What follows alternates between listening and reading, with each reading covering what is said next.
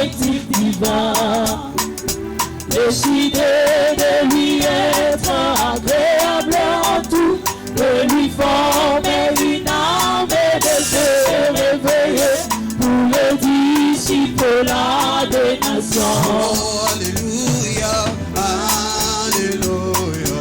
Je suis l'agneau. Hosanna. Je suis l'agneau. Alléluia. Je suis l'agneau. Hosanna. Je suis l'agneau. Par la vie de sainteté à l'éternel, pour une excellente résurrection et c'est l'enlèvement à la recherche aux âmes perdues. Envie de les équiper et les envoyer pour une mission holistique qu'on y m'a envoyé aussi. Alléluia, alléluia. Je suis l'agneau. Hosanna. Je suis l'agneau. Alléluia. Je suis l'agneau. Hosanna. Je suis l'agneau. C'est pourquoi je ne peux pas me servir de lui pour atteindre mes objectifs divins. Il ne rencontre jamais le sien. Et je dois me laisser utiliser par lui-même comme l'agneau pour que ses objectifs s'accomplissent par moi, à lui la gloire. Alléluia, alléluia. Je suis l'agneau. Hosanna. Je suis l'agneau. Alléluia. Je suis l'agneau. Je suis l'agneau. Je suis l'agneau. Je suis l'agneau. Poussons des cris de joie. À nous détacher, poussons des cris d'allégresse. Alléluia. Shalom, peuple de Dieu. Shalom. Salut ton frère et ta soeur qui est à tes côtés. Dis-lui un mot. Soyez le bienvenu. Nous sommes dans la joie de vous recevoir dans ce beau cadre au temple de gloire de la force internationale de réveil évangélique. Merci, shalom à nos bien-aimés frères et sœurs qui nous suivent de partout au monde, en Amérique, en Europe, partout où vous êtes. Shalom, et nous croyons que ce soir, Dieu va nous faire du bien. Amen. Le psalmiste s'est dit, je suis dans la joie lorsqu'on me dit, allons dans la maison de l'Éternel. Alléluia, qu'ils sont beaux, qu'ils sont doux et agréables aux frères de demeurer ensemble. C'est comme la rosée de l'Hermon. Alléluia, et c'est là où Dieu envoie la bénédiction, la vie pour l'éternité. Alléluia.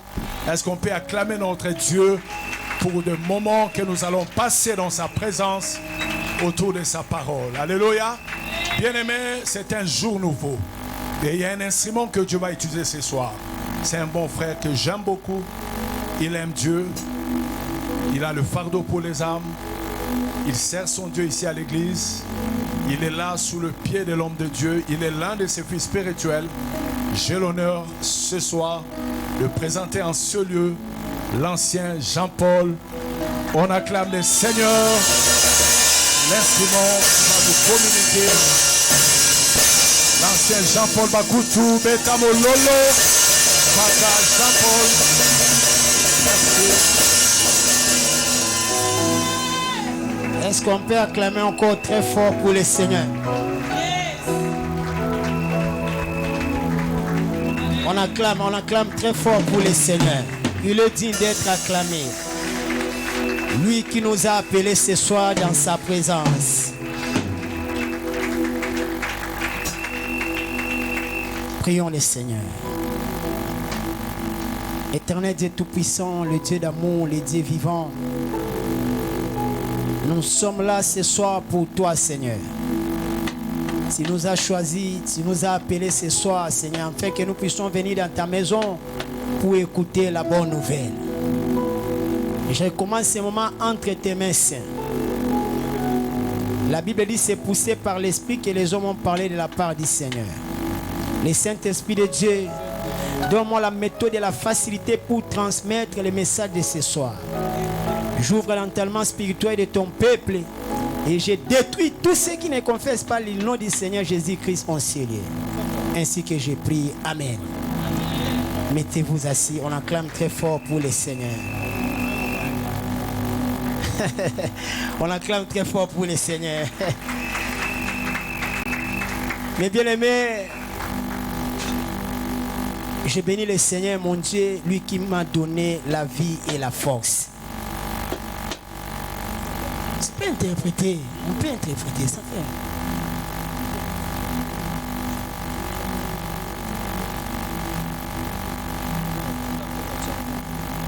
Est-ce qu'on peut acclamer très fort pour le Seigneur? Est-ce qu'on peut acclamer très fort pour le Seigneur?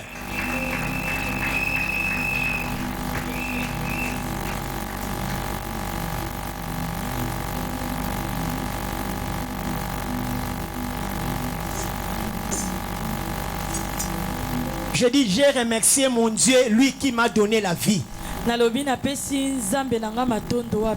ne peux pas commencer comme ça, sans d'abord remercier le Dieu Tout-Puissant. Parce que c'est lui qui donne la vie.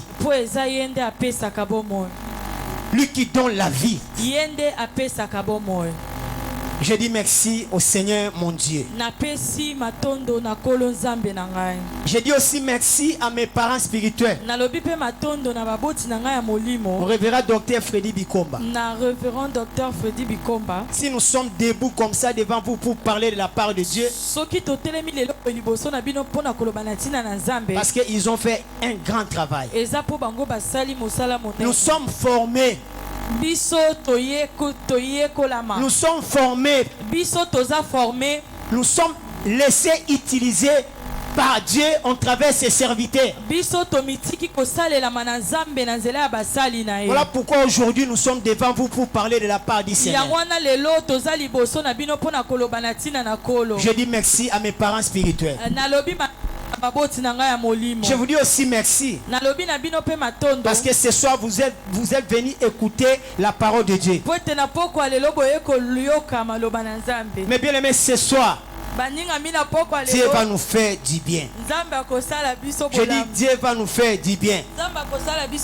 Est-ce qu'on peut acclamer encore pour le Seigneur notre Dieu? Est-ce qu'on peut acclamer encore pour le Seigneur notre Dieu? Parce qu'il est merveilleux. Parce qu'il est bon. Vous savez, j'aime une chanson là. Maman Fallon, tu peux nous aider? Aujourd'hui, je ne serai pas vraiment long.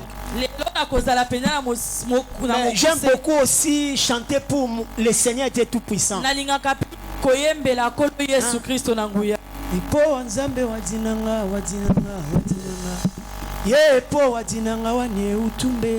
Parce que j'ai vu son amour.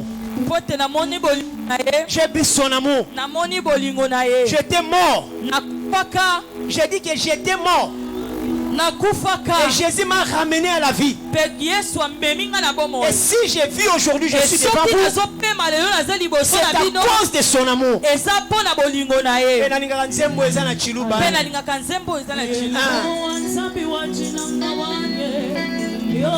Alléluia.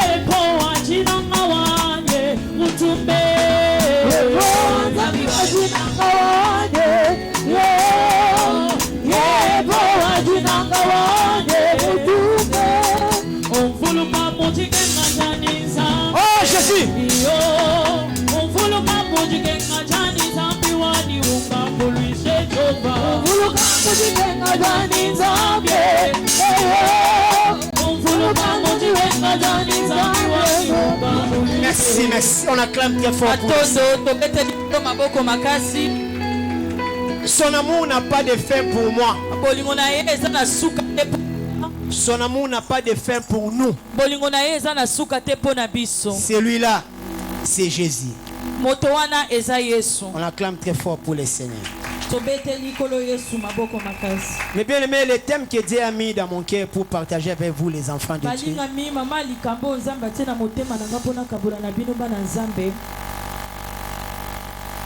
c'est la manque de la reconnaissance engendra la mort.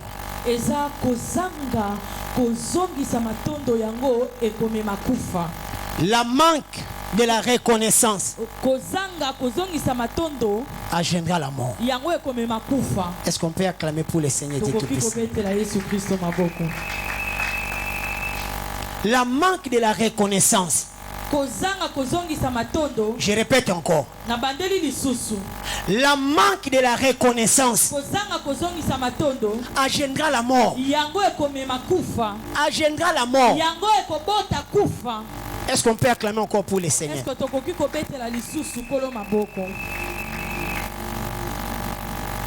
Si je voulais définir ou parler le mot reconnaissance, on va parler si la définition du mot reconnaissance. La reconnaissance, c'est quoi? C'est une action de reconnaître quelque chose ou quelqu'un. En bref, la reconnaissance, c'est le sentiment de gratitude envers quelqu'un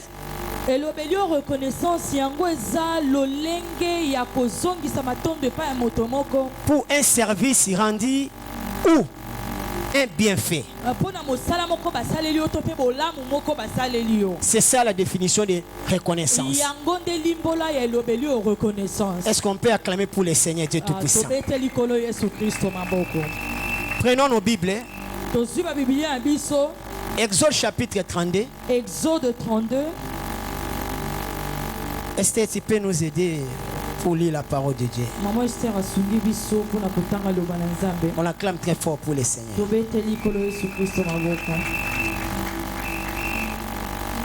Exode chapitre 32. Exode 32. À partir du verset 1, la Bible dit: le peuple, voyant que Moïse tardait à descendre de la montagne, s'assemblant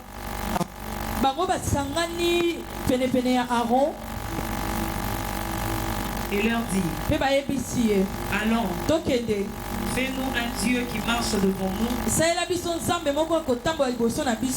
car c'est Moïse, cet homme, qui nous a fait sortir du pays d'Égypte. Nous ne savons pas ce qui lui est arrivé. Nous ne savons pas ce qu'il est devenu. Aaron leur dit: ôtez les anneaux d'or qui sont aux oreilles de vos femmes, de vos fils et de vos filles, et apportez-les. Et tous ôtèrent les anneaux d'or qui étaient à leurs oreilles, et il les apporta à Aaron, et les reçut de leurs mains. Jeta l'or dans un moule, et fut un veau enfant. Et il dit: Israël, voici ton Dieu, qui t'a fait sortir du pays d'Égypte. Lorsqu'Aaron vit cela, il bâtit un autel devant lui, et il s'écria: demain il y aura fête en l'honneur de l'Éternel. Les lendemains, ils s'élevèrent devant Matha et ils offrirent des holocaustes et des sacrifices d'action de grâce. Le peuple s'assit pour manger et boire. Puis ils s'élevèrent pour se divertir. L'Éternel dit à Moïse, va descendre. Car ton peuple que tu as fait sortir du pays d'Égypte s'est corrompu. Ils se sont promptement écartés de la voie que je leur avais prescrite. Ils se sont fait un veau enfant.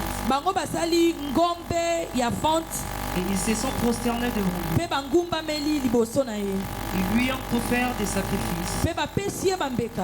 Et ils ont dit, Israël, voici ton Dieu qui t'a fait sortir du pays d'Égypte. L'Éternel dit à Moïse, je vois que ce peuple est un peuple à pourroir.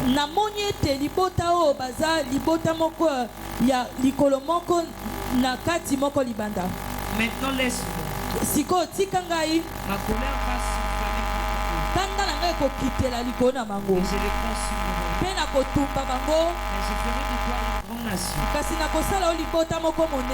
Moïse implora l'Éternel Moïse abeli Nzambe kolo na ye et dit, pe alobi pourquoi, ô Éternel, pona nini o kolo ma colère s'enflammera tellement kanda na yo ekokita likolo ya libota tu na as yo fait sortir du pays d'Égypte oyo obimisi na mboka Ejipito par une grande main puissante et par une main forte. na liboko ya monene pe ya makasi.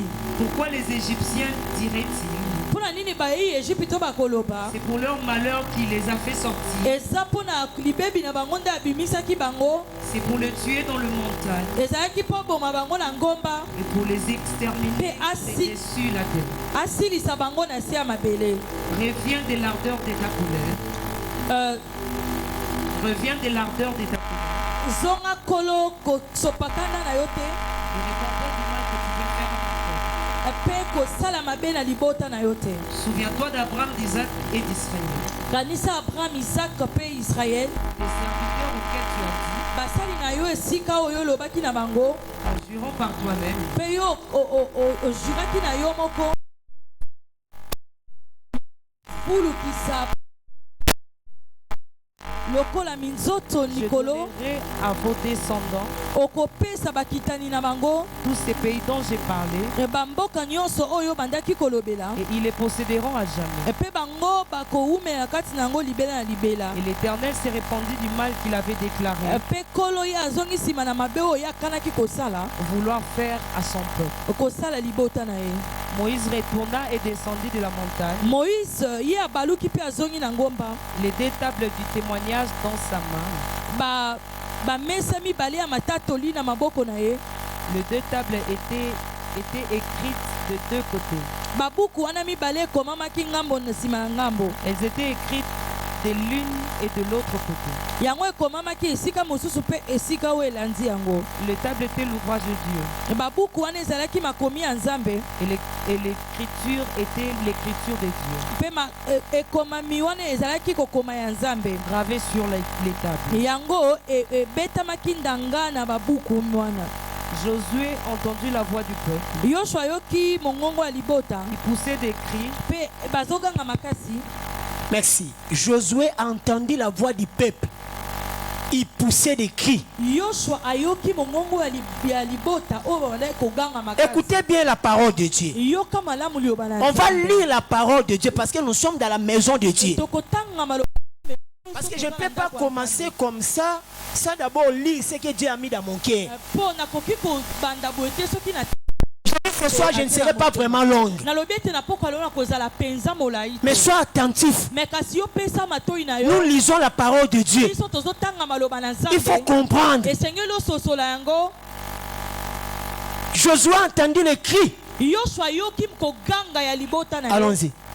Josué entendit la voix du peuple qui poussait des cris. yoshua ayoki mongongo ya libota oyo babandaki koganga makasi Et il dit à Moïse, mpe ayebisi moïse il y a un cri de guerre dans le camp. eza na koganga ya bitumba na kati ya camp. Moïse répondit, moïse ayanoli Ce n'est ni un cri de vainqueur, eza koganga balongi te, ni un cri de vaincu. eza pe koganga ba oyo balongi te. Ce que j'entends, Oyo nazoyoka c'est la voix des gens qui chantent. eza koganga bato bazoyemba. Et comme ils approchaient du camp, E lokola bango bandaki kopusana pembeni ya camp, ils virent le veau et les danses. bango bamoni ngombe pe mabina. La colère de Moïse s'enflamma Kanda ya Moïse emati makasi et jeta de ses mains le table pe abwaki na maboko na ye makomi ya Nzambe et les brisa au pied de la montagne. pe apanzi yango na makolo ya ngomba. Il prit le veau qu'il avait fait Azwi ngombe oyo bango basalaki, et les brûla au feu. atumbi yango na moto, Il les réduisit ensemble, akomisi yango putulu, répandit cette poutre à la surface de l'eau. pe azwi putulu wana abwaki yango likolo ya mai, Et il fit boire les enfants d'Israël. pe amelisi yango bana Israele. Moïse dit à Aaron, Moïse ayebisi Aron, que t'a fait ces peuples eloko nini liboto oyo basali yo pour que tu les laisses commettre un si grand péché? po ete yo otika bango basala lisuma monene boye. Aaron répondit, Aron ayanoli, que la colère de mon Seigneur ne s'enflamme pas. kanda ya kolo na nga yango ekoma makasi te. Tu sais toi-même ce que ces peuples est porté au mal. Oyebi yo moko lolenge nini libota oyo basalaka. Ils m'ont dit, Bango bayebisi nga, fais-nous un Dieu qui marche devant nous. saela biso Nzambe azotambola liboso na biso, Car c'est Moïse, cet homme, po ete Moïse moto wana qui nous a fait sortir du pays d'Égypte. oyo abimisa biso na ngombe Ejipito, Nous ne savons pas ce qu'il est devenu. toyebi te soki akomi nani. Je leur ai dit Nayebisi bango que ceux qui ont de l'or baoyo baza na bawolo sont dépouillés. balongola yango Et ils me l'ont donné. mpe bapesi nga yango, Je l'ai jeté au feu. nabwaki yango na moto, Et ils en est sorti ces bois. epenga yango nde esali ngombe oyo. Moïse vit que le peuple était livré au désordre. Moïse amoni Merci, merci maman Esther. Merci. matondo mama Sukata wana. tosuka o Qu'est-ce qu'on peut acclamer pour le Seigneur de Tout-Puissant? tobeteli kolo na biso maboko makasi. Mes bien-aimés dans le Seigneur, balingami kati na kolo. ici la Bible nous parle de ce qui concerne la marche des enfants d'Israël. Biblia ezolobela biso na oyo etali kotambola ya bana Israel. Dieu avait délivré son peuple. Nzambe akangolaki libota na ye. Dieu avait fait l'alliance avec les ancêtres. Nzambe asalaki alliance na bakoko na bango. Et quand ces peuples ils étaient en Égypte, Etango libota oyo bazalaki na Ejipito, en captivité, na kokangama, Dieu avait souvenu de l'alliance qu'il avait traitée avec Abraham, Isaac et Nzambe Jacob. akanisaki na boyokani oyo asalaki na Abraham, Isaac pe Jacob. Et Dieu a choisi Moïse. Mpe Nzambe aponaki Mose. Il a utilisé Moïse. Asalelaki Mose. Il a dit à Moïse, Ayebisi Mose, je te ferai Dieu nakosala yo Nzambe devant Pharaon liboso ya pour Farao. manifester ma puissance, Nakotalisa nguya pour délivrer les enfants d'Israël. na kokangola bana Israël. Et Moïse avait fait beaucoup de miracles Moïse asalaki bikamwisi ebele en Égypte na kati ya mboka aux yeux des enfants d'Israël. liboso ya bana Israël. Mais quand ils étaient sortis Kasi d'Égypte ntango bango babimaki na Ejipito pendant leur route, na kotambola na bango, Dieu n'est pas le Dieu des désordres. Nzambe aza Nzambe ya désordre. Dieu voulait donner les 10 commandements Nzambe alingaki apesa mibeko pour zomi que les enfants d'Israël po ete bana Israël puissent mettre ça en pratique bango batia yango na dans la misala terre promise. na mboka oyo elaka. Et Moïse avait monté sur la montagne pour rencontrer Dieu, Moïse amataki na ngomba mpo na kokutana na pour Nzambe, parler avec Dieu. mpo na kosola na Nzambe. Dieu avait donné à Moïse 10 commandements. Nzambe apesaki Moïse mibeko zomi. Moïse avait l'habitude de monter pour rencontrer Dieu. Moïse azalaki na bomesano ya komata na ngomba mpo na kokutana na Nzambe. C'était pour leur bien. Ezalaki mpo na bolamu na C'était bango. pour leur bien. Ezalaki mpo na bolamu Dieu na ne bango. voulait pas Nzambe alingaki te que les enfants d'Israël ete bana Israel puissent pratiquer bango basala les comportements bisaleli d'Égypte. ya bana Égypte. Voilà pourquoi le Seigneur avait donné 10 commandements. yango Nzambe apesaki bango Mais mibeko quand zomi. Moïse a monté kasi ntango Mose pour rencontrer Dieu, na kokutana na il avait un problème. ya likambo moko ekoma Il avait un problème. likambo moko ekoma Il avait un problème très sérieux. ezalaki na likambo moko mpenza ya makasi. Les enfants d'Israël ont dit à Aaron, bana Israeli bayebisi Yaron, c'est Moïse là. Moïse wana Toyebi telo koni ekomeli a umeli. Aoumeli. Mais Aoumeli pour la bola munabino. amen. Est-ce qu'on peut acclamer pour le Seigneur? tobeteli kolo na biso maboko. Aoumeli pambate. Aoumeli parce que ça permet la moutoua de délivrer bino. Azo solola na ye. Azo pesa ba directive. Amen. Comment yoko tombukolo ba Aoumeli? Tango zala kuno zaki na makasa ko mikangola. Tango baso beta bino fimbo banda ko lela te. Moïse a oumeli. Tu es beloko ni comme il était. Salela biso nzambo tozomona polele. Mais bien aimé, balingami manque de la reconnaissance kozanga kozongisa matondo agendra la mort. yango ekobota kufa Agendra la mort. ekobota kufa Agendra la mort. ekobota Nous kufa sommes au temps de la fête. tozala ntango ya suka Manque de la reconnaissance. kozanga kozongisa Agendra la mort. ekobota kufa Ils ont dit à Moïse, bayebisi mose nous voulons voir un Dieu vivant. tolingi tomona nzambe ya bomoi Écoutez-moi les enfants d'Israël. oyoka ngai En Égypte là-bas, na Egypte vous avez vu ses œuvres, non? bomonaki bikamusa Comment il a tué les Égyptiens? lolenge nini abomaki bayi Comment il a séparé mer rouge? lolenge akaboli ebale ya mer rouge Mais jusqu'à maintenant, kasi tikino pourquoi vous sikoyo ne croyez pas? mpona nini bino bozondima te amen Est-ce qu'on peut acclamer pour les seigneurs? tobeteli kolo na biso Fais-nous un Dieu. salela biso nzambe Zambo bakela ekokela. Et ce qui est très grave, oyo eza mpenza ya mabe or babimai nango en Égypte. Bozio baute nango en Égypte. Kola pesaki yango parce que kola ebeki baotonga ema na nzela. amen Richesse oyo babimai nango en Égypte. Parce que bibobi nzamba dépouillaki baégyptien. Bozwi nyonso ya baégyptien. Nzamba asali ke ekende pa Israël a récupéraki selon mibu oyo baumelaki basouffrance na bango. Nzamba afutaki bango. amen Babimi na richesse. Babimi na bawolo.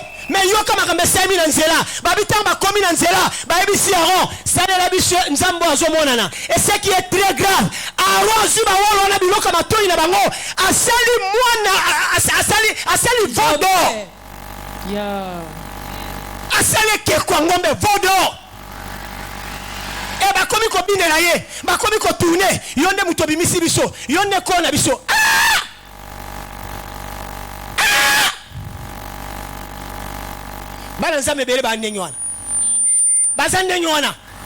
Attention, centaines de personnes pour ça que attention, monsieur Balouka à l'hôpital. Mon zamba pêche pour le compte de la base en Dumba boîte de nuit. Monsieur Bazolouka pour Balia. Est-ce qu'on peut acclamer pour le Seigneur? Est-ce qu'on peut acclamer pour le Seigneur? Salela bison zamba azomona. Et babandi kobina. Liboso keko bazo baluka nzamba bimisi biso yeyo nzambe nde yo esengeli bible lobi nzamba amoni loba nzamba monaka loba nzamba monaka nzambe amonaka nzamba kamwe nzamba lobi Moïse descend kita libota oyo bimisi en Égypte bazana reconnaissance ite pananga bawanganinga kita nguya nyoso na lakisaki liboso Pharaon et que pamba na miso bango Moïse a quitté. Tant Moïse a quitté a commis na place bazala quitté azo kita Josué oki kilo bakri loba makelele loba ya musique bakomi ko discerner makelele zani est-ce que ça ya elonga ya bitumba milolo neza balonga ki bitumba milolo neza ya nini Moïse habite milolo na zoka eza kwa batu ba sepeleza ya fête mokezana loba me fête liboso keko fête liboso keko miziko yo bina la mokilo no bina la nani. Est-ce qu'on peut acclamer pour le Seigneur? Atobeteli ko na biso maboko. Et c'est là que Moïse a passé la même table où il a kimibe kwa nzambe pasuka. La manque de la reconnaissance engendra la mort. Voilà pourquoi parmi les gens qui étaient sortis en Égypte, il y avait seulement deux qui avaient entré dans la terre promise. C'était Josué et Caleb. Pourquoi? Parce qu'ils étaient reconnaissants envers l'Éternel. Est-ce qu'on peut acclamer pour le Seigneur de Tout-Puissant? Ils étaient obéissants. Yes. Amen. Par la parole de Dieu. Parce que le Seigneur parlait avec Moïse. Et Moïse communiquait la parole envers le peuple. Et ces paroles-là, c'était deux personnes. C'était deux personnes. C'était deux personnes. Vous pouvez imaginer, parmi tous les enfants d'Israël, ils étaient morts au désert.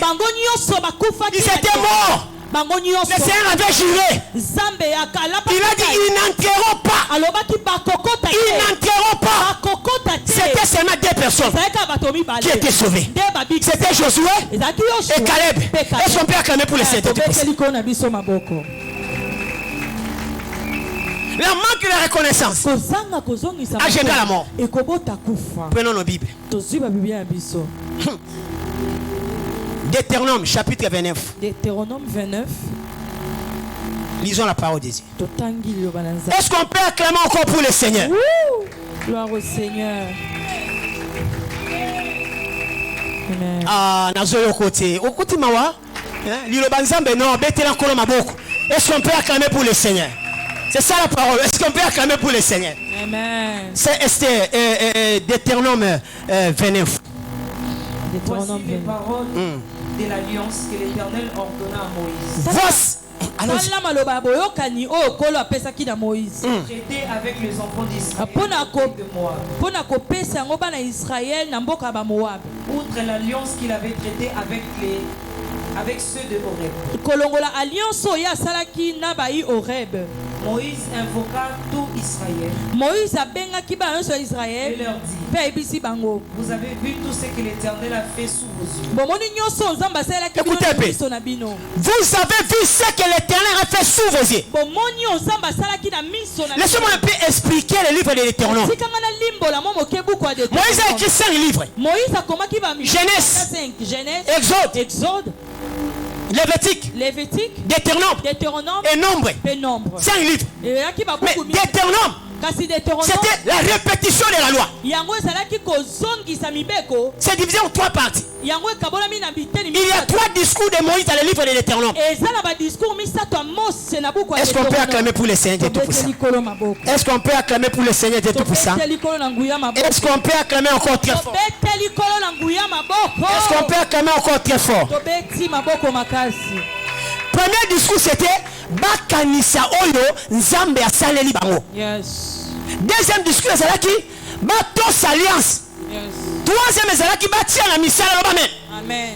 Avant d'entrer dans la terre promise, Ah, yes, yambo bango bakota na mboka elaka. Moïse a convoqué l'ensemble. Moïse abelelaki libota. Moïse a dit aux enfants d'Israël, ayebisi bango. vous avez vu Bomoni ce que Dieu a fait oyo nzambe asali sous vos yeux. miso na bino. Sous vos yeux. Miso na bino. Sous vos Na yeux. miso na bino.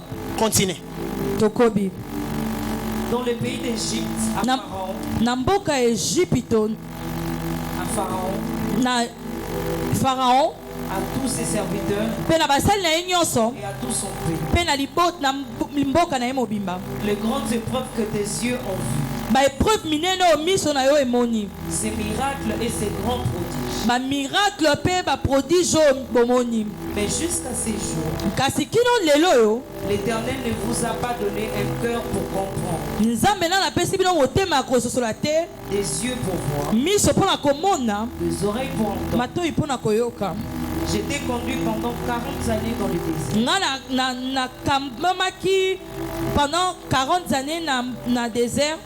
Tes vêtements ne s'y sont pas usés sur toi. bilamba na yo ekatanaki te Bilamba na yo ekatanaki te. Et ton soulier ne s'est point usé à ton pied. basapatu na yo ebebaki te Sapato ebebaki te.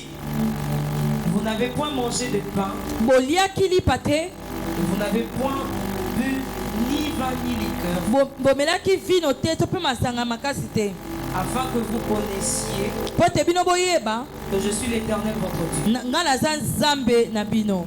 Vous êtes arrivés dans ces lieux, bokomi na esika oyo Sion, roi des Hesbon, siyo mokonzi ya esbon Oge, roi des Bassan, mpe oge mokonzi ya basani sont sortis à notre rencontre babimi kokutana na biso pour nous combattre, mpo na kobundisa biso et nous les avons battus. biso tolongi bango Nous avons pris leur pays, tozwi mboka na bango Zimboka na bango. et nous l'avons donné en priorité aux Rubénites, biso topesi yango lokola libula na baoyo ya baruben aux Gadites na libota ya Gad et à la moitié de la tribu des Manassés. mpe na ndambu ya libota ya Manase. Vous observerez donc les paroles de cette alliance. bino bokotia na misala maloba ya boyokani oyo Vous les mettrez en pratique. bokotia yango na misala afin de réussir dans tout ce que vous faites. Merci. On acclame très fort pour le Seigneur. Amen. On peut continuer, mais on s'arrête là. Vous mettez ça en pratique. Afin que vous puissiez réussir dans tout ce que vous ferez. Vous voyez? Ici, Moïse a convoqué l'assemblée de Dieu pour parler aux enfants d'Israël. Vous devez faire beaucoup d'attention. Il y a les choses que Dieu a fait sous vos yeux. Il a démontré sa puissance pour manifester sa présence. Mais bien aimé, il y a les choses que Dieu a fait dans notre vie, dans ta famille, dans ta vie, pour manifester ta puissance. On t'a combattu depuis ton enfance. Vous savez, ma mère m'avait raconté l'histoire quand j'étais né. Abi peut tangi ça ko kuba classe ya makasité parce que babwakela ko malade babenga ngo lukonga malade ya utaka bande ko ba Kongo ba iba mutu abana loba me. Amen. Et ici soko tali bien au mona a lokola libani me azaka ko ekota loba me. Maman bisinga lobi tango ba ya ko talo l'hôpital. Batutu babane ko ba mono kitoko mono pembe mono mala na mikumisité, c'est la vérité. Amen. Amen. Non, c'est ça le problème. Alors, quelque temps, tout le monde moutou le komi kofimba. O komo kosula, to kene babi ba yibi o moutou. Maman lobi ton balinga ba ok classe yo ba pesa ko kombo e kotia mon Seigneur. Na banda ko imato fina, e fi mesa na bo. To yangiza ito fina. So vimbi bo ok classe ndeni. Écoutez-moi vous dire ceci. Aujourd'hui tel que je suis là, si je me souviens à ce que ma mère m'a parlé, et j'ai dit si je n'étais pas mort, parce que il y avait un Dieu qui savait qu'un jour je serai ici pour prêcher la parole de Dieu. Et dans ma vie, je ne peux pas oublier, je ne serai pas un grand devant le Seigneur. Je ne serai pas un grand. Amen. Quand je te vois, quand je vois celui qui est à l'extérieur, tel que nous sommes là, écoutez-moi vous dire, ne blaguez pas. Moulo komi nango. Amisuba komi nango. Yes. Amen. Moutuna moutaza na témoignage na awa. Amen. Soit tu habites le cas et recollecte. Pourquoi? Parce qu'il y a quelqu'un. Il y a quelqu'un. La Bible dit ceci. C'est lui qui garde Israël. Allah la kate. Anima kate. Amen. Et la Bible dit ceci. Si Dieu est pour nous, si Dieu est pour toi, si Dieu est pour toi, qui sera contre nous? Est-ce qu'on peut acclamer pour le Seigneur? Il y a un problème. Il y a un problème. Le problème de la reconnaissance.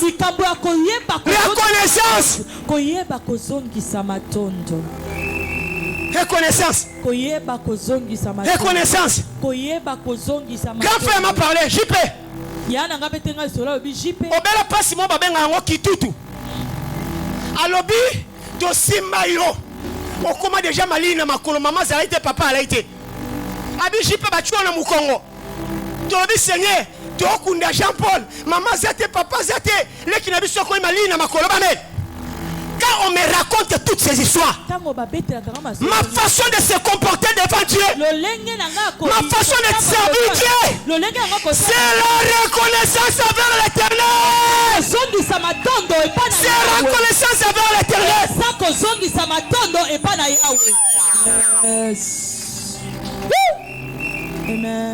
Premier point. Il faut être reconnaissant envers l'Éternel. Il faut être reconnaissant envers l'Éternel. Celui qui est reconnaissant envers l'Éternel, on ne peut pas t'épouser, servir Dieu dans tel département, servir Dieu, servir Dieu, servir Dieu. Non, tu n'es pas reconnaissant. Celui qui est reconnaissant envers Dieu, mercredi, vendredi, dimanche, on ne peut pas te chercher à l'église. Tu restes à la maison. Tu fais rien. Nous sommes là pour Jésus. C'est lui qui nous a sauvés sur la croix. C'est lui qui a versé son sang pour nous. nous avons rendez-vous avec Jésus. Et toi, tu restes à la maison. Tu n'as pas la reconnaissance. Amen.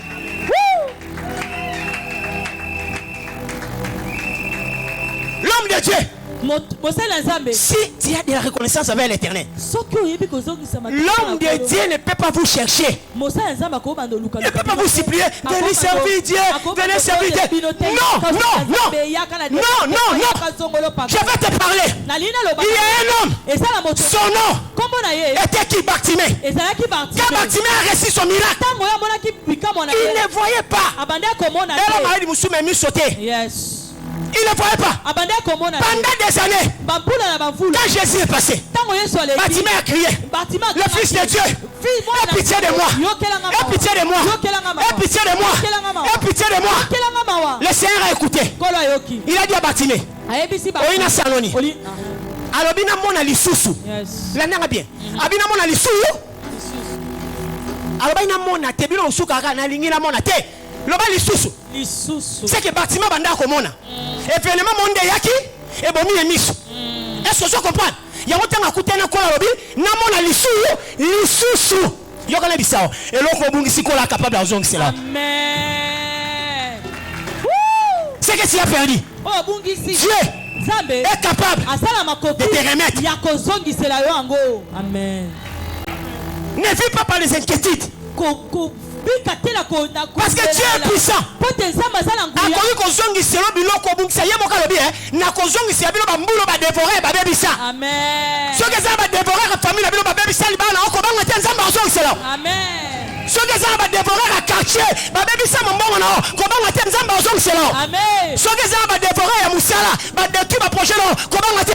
est capable de te restaurer.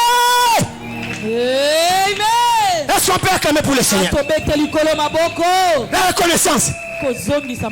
Enfin Dieu. Quand Bartimée a vu, quand Abiki, le Bartimée a dit, reconnaissance, on a repris ça. Et ça a place in Azawa. Ils sont en Siri. Nous avons apparaît. Nous avons un cortège. Tokenenaye. Soka Rokenaye. Plutôt Kenenaye. Soka Rokenaye. La reconnaissance nous pousse à suivre Jésus. La reconnaissance nous pousse à suivre Jésus. Parce que ce qu'il a fait pour nous, personne ne peut le faire. Ce qu'il a fait pour nous, et ce qu'il est en train de faire, et ce qu'il fera dans ton vie, dans ta future, personne ne peut le faire. Amen. L'église a chaque jour. Yoli tolande chaque jour te tolande ne. Tika na yo. Yesu. Mwana nzambe. Tika. Dans de quoi le loba tika. Tika. Yo kana bisao. Il y avait un problème. Bartimée comprenait que lobi ko na zui. Tant musuba betaka ya kobete babwakela kaye. Alabi amamba fanda ati. Jo il faut la landaye. Pembene na sécurité. Pour ceux na tika yo. Bakoyi ko betanga ya mibale. Yango mona côté na cortège. Yo sala kama seki na vina. Zongaka. Yes. Abiki si ozonge isu masanga. Abiki zonga mitali yo. Misona eka. Obimi le bande suka pembe likambote. Yes. Na yeka. Jusqu'à ce que. Jusqu'à ce que. Na kolanda jusqu'à ce que.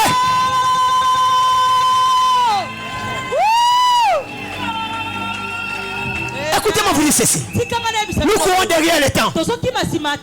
Prenons nos Bibles.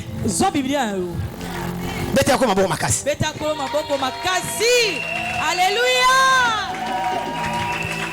Luc chapitre 17. Verset 11 à 19. 11 kino 19. Nga Bartimée na côté na cortège na kolande jusqu'à ce que tokende kaka.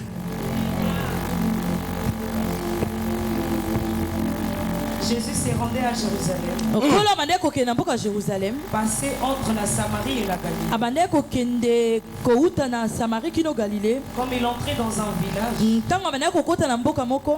10 lépreux vinrent à sa rencontre. Ba lépreux zomi ba ye kokutana na ye. Se tenant à distance, Bango batelemi mosika. ils levèrent la voix. Batomboli mingongo pe balobi. Jésus, Kolo Yesu Maître, mokonzi. aie pitié de nous. Yokela biso mawa. Dès qu'il les eut vus, Tango kaka amoni bango. il leur dit, Ayebisi bango. allez vous montrer au sacrificateur. Bokende komila ki se pa batumbi mbeka. Et pendant qu'ils y allaient, Pe tango bango bande kokende. il arriva qu'ils furent mourus. Pe bakomi mwa na ka nzela wana kaka bango babiki. L'un d'eux, se voyant guéri, Moko na bango mimoni abiki. revient sur ses pas. Songi na makolo ye. Moko amoni abiki. Bazala qui disent. Loba moko. Moko amoni. Abiki. Toki maman.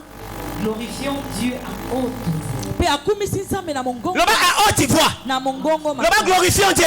Glorifions Dieu Loba à haute voix. à haute voix. Tala, so okumisa nzambe ne babeta kabwe malembe zayo. Biso pe so tokoganga mitali yote parce que kune komami ke mutu wana kumisa ke à haute voix, c'est-à-dire ngangaki. Oyo kakolanga bino bo non wana yo. Beta ko ba makasi.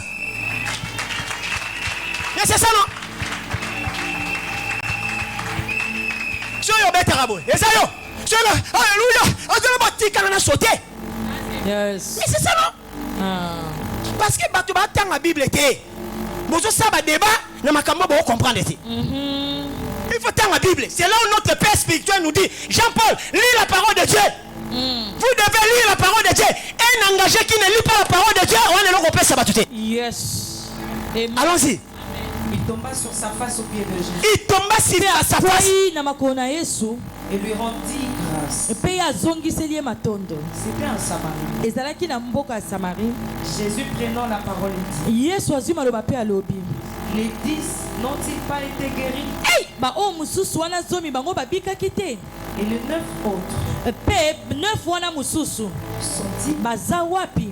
Laissait-il trouver que c'est étranger pour revenir et donner gloire à Dieu? Eza kaka mopaya oyo nde azongi mpona kopesa lokumu na Nzambe. Oui, il lui dit, Pe ayebisi ye. lève-toi, Telema va, kende ta foi konzima na yo t'a sauvé. Beta ko babo makasi. Amen. La reconnaissance envers Dieu. Koyeba kozongisa matondo epai na Nzambe. La reconnaissance envers Dieu. Koyeba kozongisa matondo epai na Nzambe. Balobi bazala qui disent. Aha. Parmi bango, eloko kamwisinga Samaritain d'azongaki. Et je ne voulais pas vraiment entrer en profondeur parce que nous sommes aussi enseignés par notre père spirituel. Na boyi kokota na Vous connaissez l'histoire des Samaritains et les Juifs. boyebi lisolo ya basamaritain. Basamaritain batikalaki na sangisa bamen. Amen. Eza ndambo bao batikalaki bakende boumbu te. Basangalaki na peuple batikalaki wana okola pekisa bango basangana lo bamen. Amen. Et bakomaki okwa salite mais bazalaki ka ba juif lo bamen. Mais ba dernier temps bauti na Babylone basangalaki suna bango te lo bamen. Amen. Yango moni même femme samaritain ye pa yesu alobi biso na bino tozaka na relation te ozo senga mai ndenge nini. C'était comme ça. Alors raconte wana lo bamen. Samaritain zaki okwa étranger lo bamen. Ba véritable ba juif ba biki ba kei. Mais étranger atala obité na otika bote il faut na luka mutu abikisinga na landa ye na pese merci la reconnaissance envers l'Éternel. Nous devons être reconnaissants envers l'Éternel. Les chrétiens, nous devons être reconnaissants envers l'Éternel. Je dis les chrétiens. Nous devons être reconnaissants envers l'Éternel. La Bible dit ceci. Ne prends pas la grâce de Dieu en vain. Je vais passer quelque chose. Tika bazo bengo na kombo no pa pesi opema so apesa ki kombo di pema te me ba bengo bembe so ba bengo na kombo no na veni e apo ya pesi opema bon samba lo lenge ne wana osana kabone so ba mbongo zwa so yi bala zwa so yi misala zwa so ba voyage zwa tika na fana na ye jusqu'à ce que est-ce qu'on peut acclamer pour le Seigneur? Botondi Nzambe. Ndeko na ngai mbongo za nango ba ko pusi ote pesa dimi. Non. Si nous sommes reconnaissants envers l'Éternel, l'homme de Dieu ne peut pas nous pousser à donner un dixième. Les actions de grâce, c'est nous-mêmes. C'est nous-mêmes. Ce que Dieu a fait dans ma vie. Nazaki Mobola, appelez moi Mituka, appelez moi salaire à $1000. Comment ça fait d'abord qu'on paye $100 en Nangaï pour nani des impôts naïe? Yes. Je ne te dis pas, il m'a ramassé. Mais comment ça fait qu'on s'appelle il y a $1000? Libanda, l'église n'a pas s'offrande il y a 2000. Manque de la reconnaissance. Salomon, avec toutes les richesses que Dieu lui avait données. Regardez à la fin de la vie de Salomon. C'est qu'il a fait. Il a pris ça.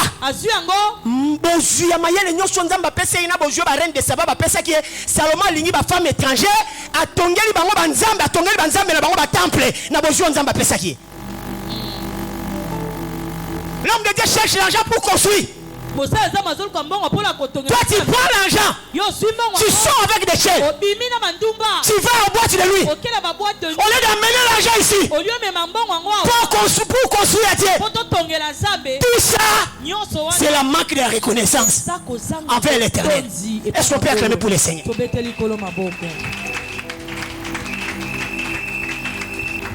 Manque de reconnaissance. Manque de reconnaissance. Et eza flow moko eza marque ya beti so tanya ngona Timothée ezali moi to tanga te pona de Timothée chapitre 3 so tanga verset 3 komona balobi au temps de la fin les gens seront ingrats. Eza na marque de keba.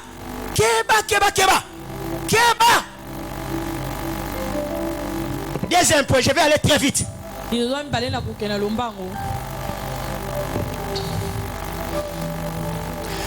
devons être reconnaissants envers les hommes de Dieu. Nous devons être reconnaissants envers les hommes de Dieu. Mais bien aimé, que personne ne vous trompe. Pour voir Dieu, il avait pris un corps humain. Il peut descendre comme ça, il peut sauver le monde. Mais la parole a été fait chair.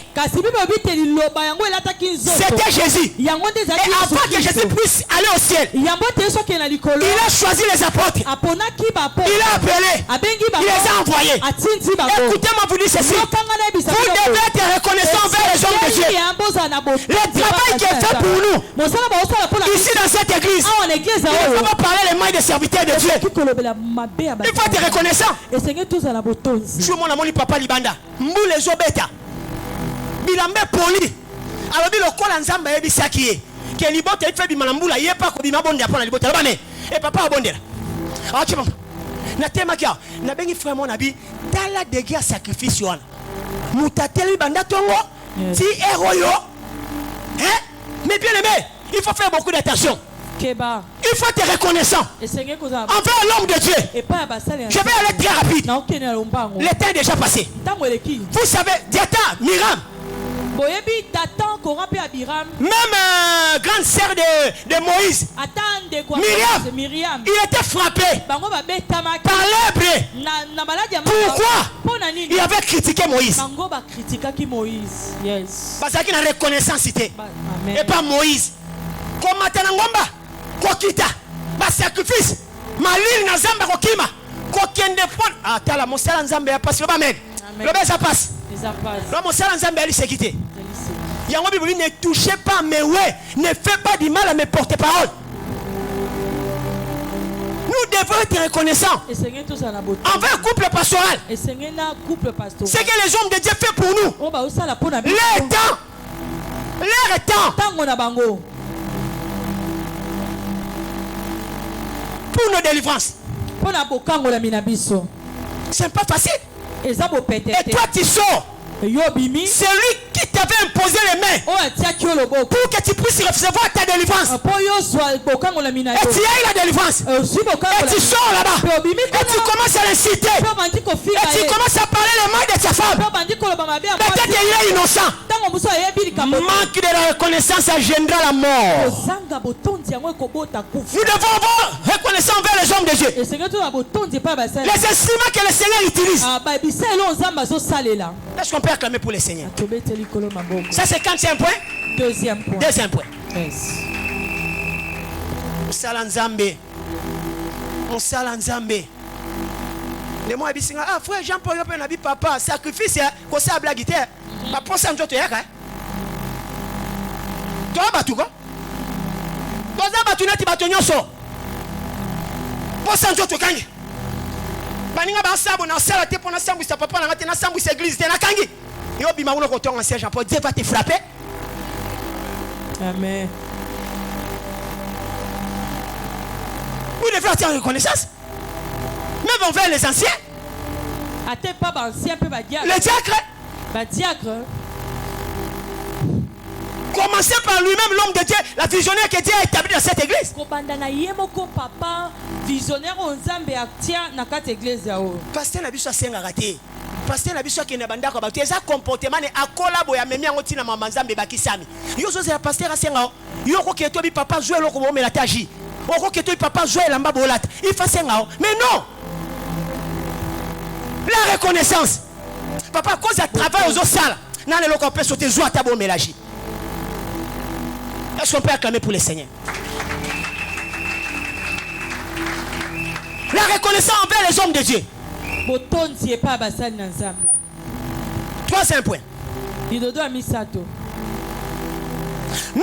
être reconnaissants envers nos parents biologiques. Nous devons être reconnaissants envers nos parents biologiques. Mais bien aimé, si on est reconnaissant pour la maman na yo, pour le papa na yo, ndenge okoli, ndenge batangisi yo, ndenge balesi yo, tango ozalaki bébé, bapanguso nyei. Namoni mwana moko mwasi asi a baby na nye, loba me. Maman na zo babi, ah, yo pozo sumba nyonso, yembisa na utiliser batango. Loba me, eza impolite. Abezo sala kaka ya nyonso bazuye, amemiye, apangusie. Musuna okumba mutu kabi, ah papa jipe, mwana sumina bongise. Loba me. Akimine place batu balaki, achie na mupende, abongisie, asaliebo. Tango siko yo kokola, yango za modi. Amen. Yes. Parce que il faut pas tout bela. Ne blaguez pas avec nos parents. Maman un jour elle m'a appelé. Maman elle m'a dit Jean-Paul. Jean-Paul. Au moni, il y a un an et moi si. La bande ko sukoye na makolo lo ba men.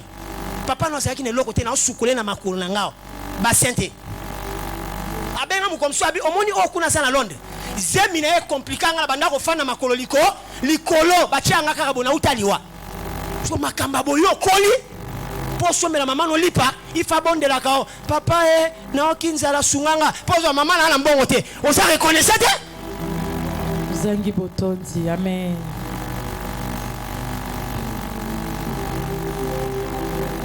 Bande ko basi boke mabala. Moza la reconnaissant na bato ba bote bino mibali.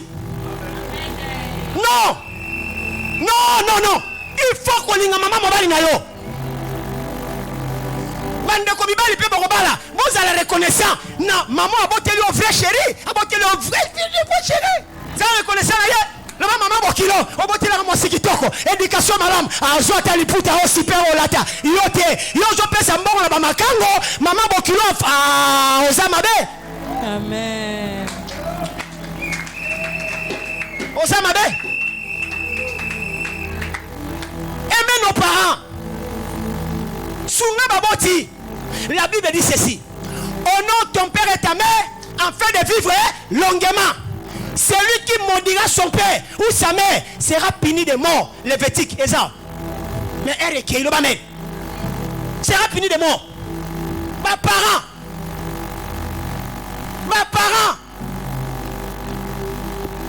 De quoi ça veut dire maman là. Le bas c'est reconnaissant. Le bas taba sanya pamba. Batindika yo. Atako komanda. Batindika yo. Le bas ta toilette. Oh yo moko kotaka. Et comme ko swana na ndako. Yo na mama pa zo tindo sukola toilette. Basi aboso na timbeli ona choli toite.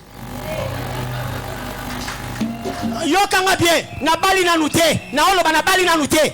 C'est ça le problème. Je n'ai pas encore marié. mais soki nazwi mwasi oyo nake na ndako na bango mama na bango azotie misala baoswana na osuka nanga te na okota kuna te mama ata ozongenga ata oza ndeni natiki yo. Non, c'est très dangereux. Il faut prêcher la parole de Dieu. Ça, c'est la parole de Dieu. Ça, c'est la parole de Dieu. On va dire compliqué, maman, même toilette, tu l'ingité. Et bon, tant qu'on a obéi la seconde, on a soumis à bien bossandé. Ozong la John a calé. Le bamen. Banga ba parent, le bamen. Le batoto sababoti.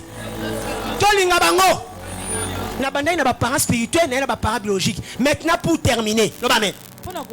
Pour terminer, nous devons être reconnaissants envers nos amis, envers nos amis, là où nous travaillons, là où nous étudions, là où nous habitons. Pourquoi?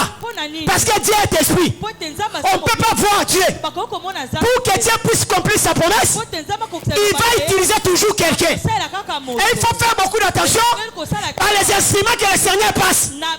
Si tu n'as pas reconnaissance, tu agendas la mort. Amen. Comment camarade nous a foutu là qui ont minerval? On a reconnaissance. Amen. Le lezali comme reconnaissance. Bon, tu vas botondi. Oh, mais ça n'a pas tout musu, beli bestomat du collab, acte ba tout musu. Mutu apesi au poste wana. Moninga wa betela ki okopi kaka yo kotonga ye. Balongoli na musala. Wa reconnaissance te? Wa reconnaissance te? Mais bien aimé, David il était reconnaissant. David azalaki na boto. My God, je suis presque à la fin. David il était reconnaissant. David azalaki na boto. Un jour David, il a dit, est-ce que dans la famille de Saoul, motomoko atikalite na sale bolam à cause de Jonathan? My God, à cause de Jonathan. Lis ce verset là. 2 Samuel chapitre 9. Est-ce qu'on peut acclamer pour le Seigneur?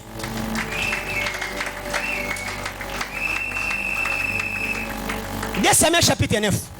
Donc je vais verser mon corps parce que est recoquille. David dit. David a lobby. Reste-t-il encore quelqu'un de la maison de Saoul? Et si qualité motomoko nanda kwa Saoul pour que je lui fasse du bien à cause de Jonathan. Potena ça na ebola mpona tina na Jonathan. Soukawana. Omoni? Parce que Jonathan protégeait qui David, Jonathan zaki mwana Saoul lo bamen. Amen. Aboya ki papa na boma David lo bamen. Mais Saoul azanga reconnaissance akufaki. Yango na zoe bisabino bande ko ngai bana nzambe. Keba na moto aselo malamu zongisela ke mabekeba.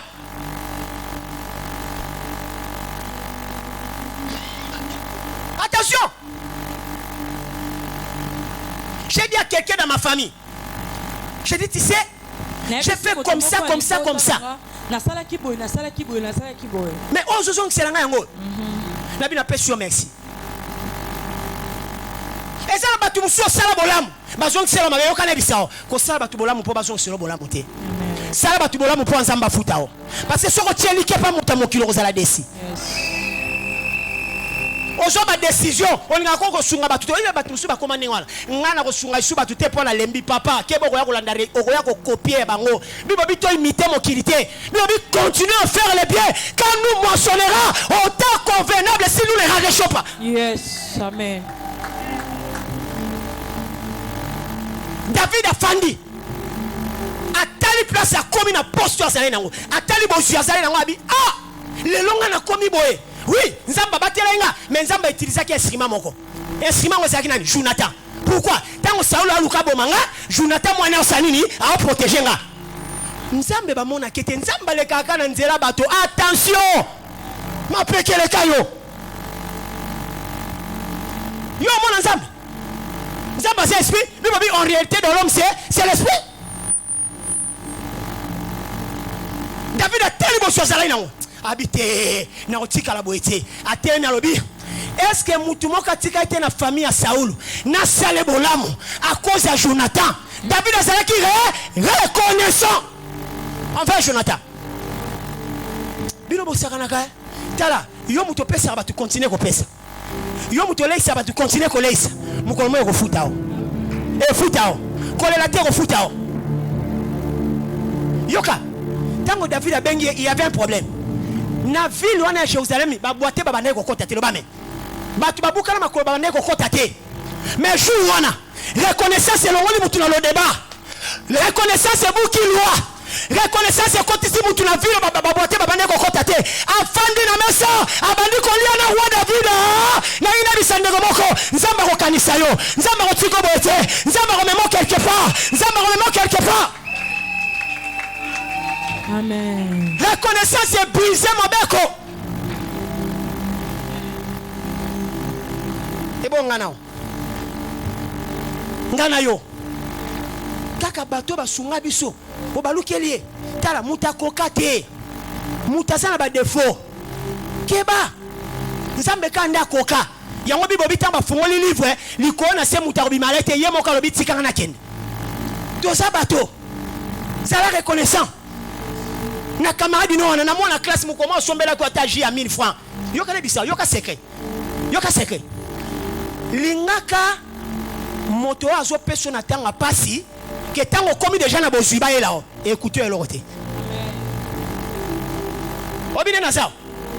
So kabelinga quelque chose qui na nzala et tika na souvenir. Mais so ko pesa nga quelque chose na déjà na ba sac ya fufu na ndao et pesete.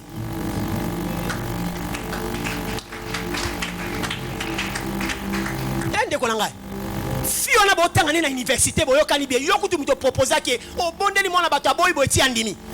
Abandi ko sombelo ba silabisi. Abandi ko selo makam. Bo silisi. O la kaki elibala. Pe o sundoli ye.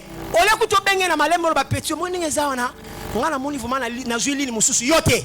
Yo komi soki abengi o kati. Ko boya brutal.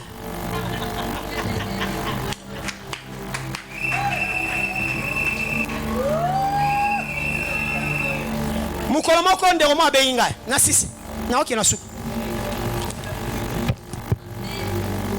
ndeko mo abeyinga bisinga bi tala mwana ba maka mususu ate parce que ba kolo bazalo ba men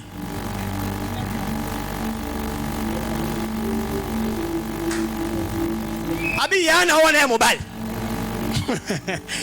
Seigneur que je parle oui c'est l'évangile abi yana wana mobile o wana au moins il va promettre sa personne au moins m'ambassalinga si est pas na biso na komi bo abi so ka matin na vélo te abala total ai ba ko ba comprendre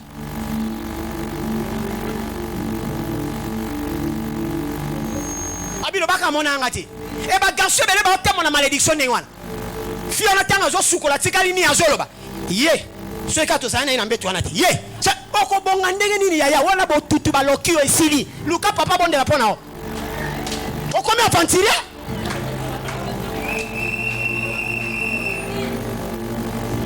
et la bana musu ya basi basala ba prière moko très dangereux et ko détruit finao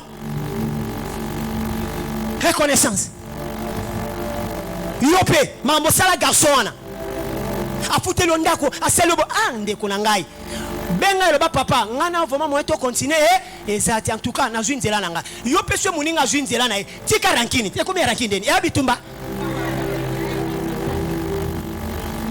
amoni ke kokita zwinzela na ye yo komi ko panza mona bato sango a reconnaissance te mukomoka lambela ka ta fufu pa na bango liaka ya mona fiancé il faut ko pesa na ya peso yo pesa ye mais na on va kotoa na te kotoa na bosse la papa pambola mais na tali ba cadeau soki ya pesa yo pesa nini pesa ye po tanga ko la kiro mabe ya yo pesa ni e bundisi ye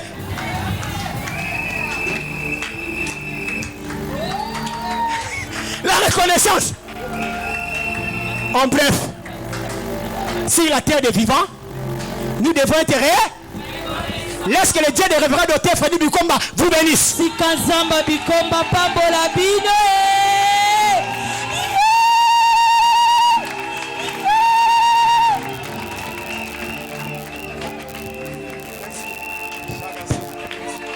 On acclame le Seigneur.